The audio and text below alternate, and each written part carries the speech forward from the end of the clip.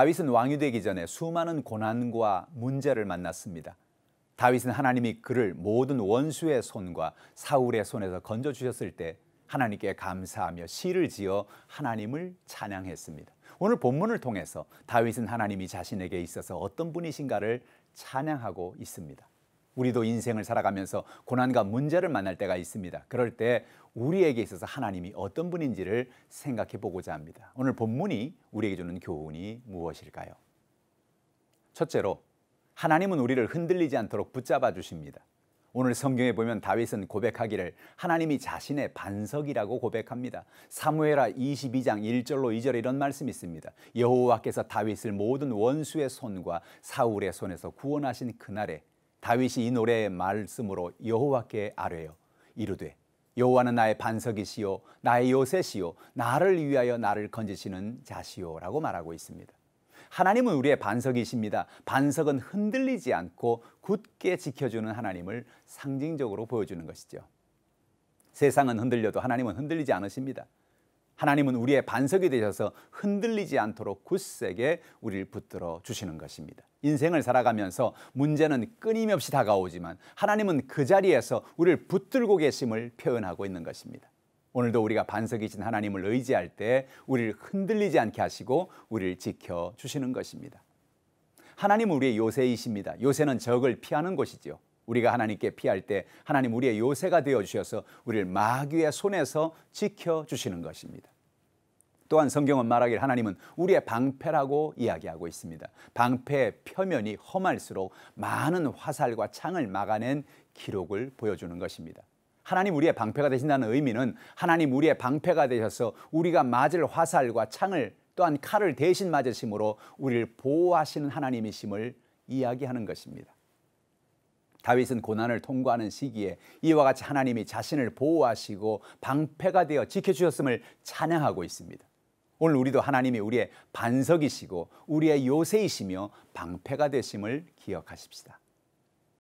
둘째로, 어떤 두려움 가운데도 하나님이 함께 하신다는 것입니다. 사무엘하 22장 5절로 6절은 이렇게 말합니다. 사망의 물결이 나를 애우고 불의의 창수가 나를 두렵게 하였으며 수올의 줄이 나를 두르고 사망의 올무가 내게 이르렀도다 라고 말하고 있습니다.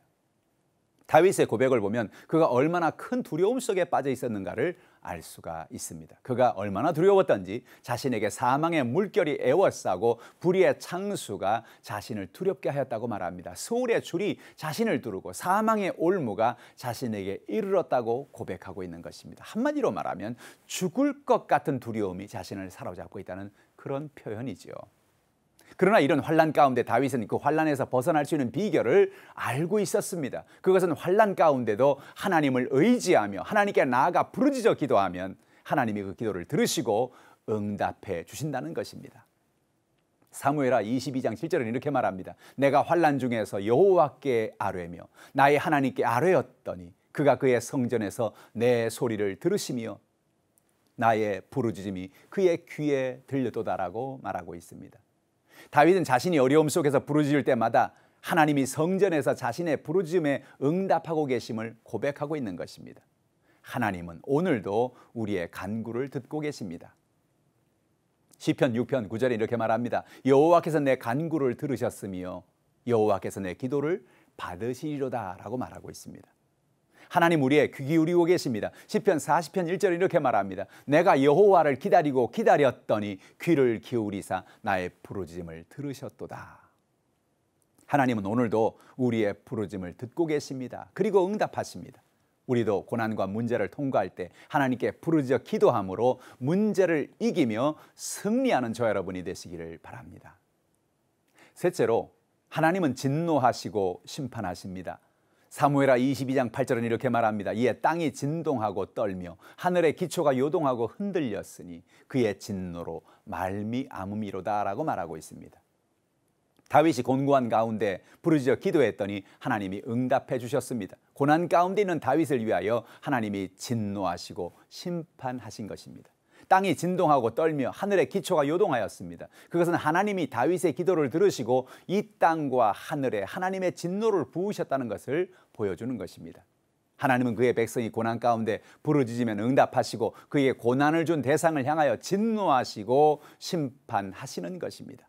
다윗을 죽이려고 했던 모든 사람들이 결국 하나님의 심판 앞에서 사라지고 다윗은 하나님의 은혜로 살게 된 것입니다. 오늘도 우리가 고난 가운데 기도할 때 하나님 우리의 기도를 듣고 계시고 우리를 위하여 진노하시고 심판하신 하나님이심을 기억하고 고난 가운데 하나님께 모든 것을 맡기고 간구하며 살아가시기를 축원합니다. 고난 속에서 하나님을 의지하고 하나님께 나아가 부르짖어 간구하십시다. 하나님은 다윗을 건지신 것처럼 우리를 건져주시고 우리의 입술을 통하여 하나님을 찬송하게 하시는 것입니다.